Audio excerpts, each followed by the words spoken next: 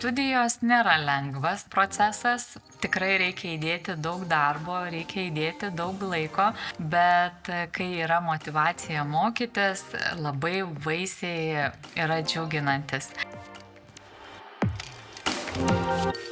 Studijų metu yra apžvelgiamos labai daug sričių, tai kaip strateginė valdymo apskaita, tarptautinis apmokestinimas, projektų valdymas.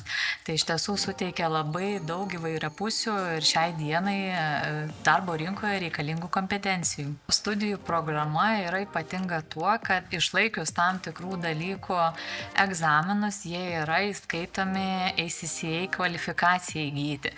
Tai lieka tik keletas papildomų egzaminų, kuriuos reikia išlaikyti ir tampat kvalifikuotų apskaitos specialistų pripažįstamų visam pasaulyje. Studijų metu įgytos žinios tikrai gali padėti kurti savo verslą ir čia galiu būti pati pavyzdžiu, kadangi antraisiais studijų metais pati įkūriau savo įmonę ir tuo metu taip sutapo, jog darbe gavau dar ir pasiūlymą užimti aukštesnes pareigas. Bet tikrai įgūdžių ir pasitikėjimo savim pakako studijų metu kurti savo verslą. Darbą dirbti tikrai labai įdomu, kadangi kiekviena situacija yra labai individuali ir reikalauja nestandartinių sprendimų bei kritinio mąstymo. Jeigu nori būti paklausus darbo rinkoje, rinkis apskaitos ir audito studijų programą.